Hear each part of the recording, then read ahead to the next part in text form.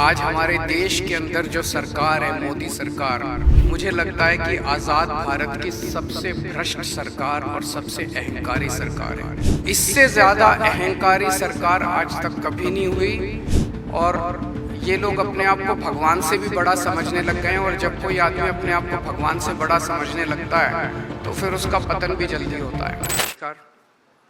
सबसे पहले मैं महाविकास आघाड़ी के ठाकरे साहब, पवार साहब और महाराष्ट्र कांग्रेस के नेताओं को बहुत बहुत बधाई और शुक्रिया अदा करना चाहता हूँ इतनी शानदार 2 दिन की मीटिंग ऑर्गेनाइज करने के लिए। ये जो इंडिया अलायंस है, ये अलायंस कुछ चंद 26, 27, 28 केवल पार्टियों का अलायंस नहीं है। ये इंडिया अलायंस इस देश के 140 करोड़ लोगों का अलायंस है और ये लोग एक साथ आए हैं। देश के लोग इकट्ठे हो रहे हैं और बहुत बड़ी संख्या में लोग इकट्ठे हो रहे हैं और देश के लोग इकट्ठे हो रहे हैं 21वीं सदी के भारत का निर्माण करने के लिए।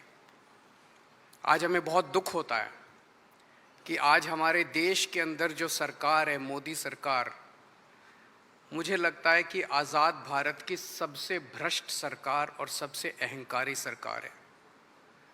एक भारतीय होने के नाते मुझे बेहद दुख होता है। पिछले 3-4 दिन से हम पढ़ रहे हैं कि विदेशों के अखबारों के फ्रंट पेज के ऊपर खबरें छप रही हैं कि हमारी भारत सरकार एक आदमी के लिए काम कर रही है। वो एक आदमी भारत से पैसे निकाल के बाहर विदेश में ले जा रहा है और भारत सरकार, मोदी सरकार, देश के प्रधानमंत्री उनकी मदद कर रहे हैं। बहुत दुख होता है एक भारतीय होने के नाते।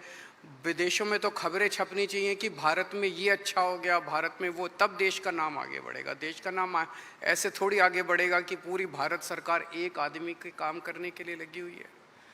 आज हमारे भारत का युवा रोज़गार ढूंढ रहा है, पढ़ लिख के BA करके, BCom करके, BSc करके रोज़गार ढूंढ रहा है। उसके पास रोज़गार नहीं है और वो जब सरकार के पास जाता है तो पता चलता है कि सारी सरकार एक ही आदमी के लिए काम कर रही है। सारी सरकार भ्रष्टाचार में डूबी हुई है। आज हमारे लोगों के घर का खर्चा नहीं चल रहा, लोगों के आमदनी नहीं है, आमदनी उतनी है, खर्चे बढ़ते जा रहे हैं। सरकार के पास जाते हैं, पूरी सरकार एक ही आदमी के लिए काम करने में लगी हुई है। इससे ज़्यादा अहंकारी सरकार आज तक कभी नहीं हुई और ये लोग अपने आप को भगवान से भी बड़ा समझने लग गए हैं। और जब कोई आदमी अपने आप को भगवान से बड़ा समझने लगता है तो फिर उसका पतन भी जल्दी होता है।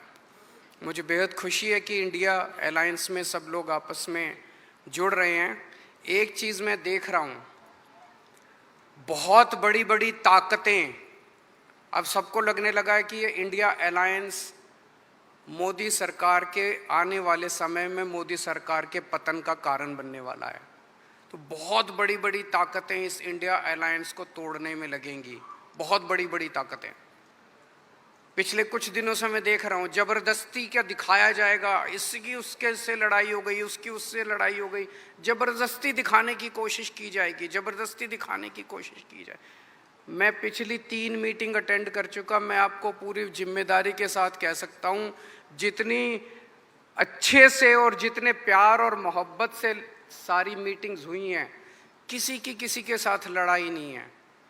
और यहाँ पे जितने लोग बैठे हैं कोई पद के लिए नहीं आया, सब 140 करोड़ लोगों के इस भारत देश को बचाने के लिए आए हैं, इसको तरक्की के रास्ते पे ले जाने के लिए आए हैं।